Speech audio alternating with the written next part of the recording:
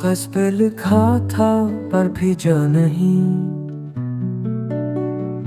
दिल का हाल था पर कहा नहीं।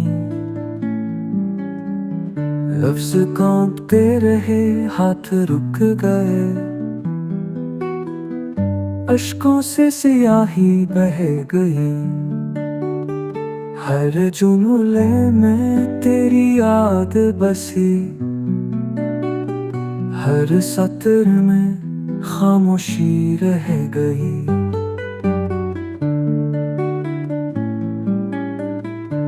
मैंने लिखा था तुम याद आते हो, पर फिर वो जुमला मिटा दिया। सोचा था शायद करके रो दोगे, और मैं दोबारा टूट जाऊंगा। खत में सिर्फ दिल की धड़कन थी, और तुम्हारे जाने की सदा थी।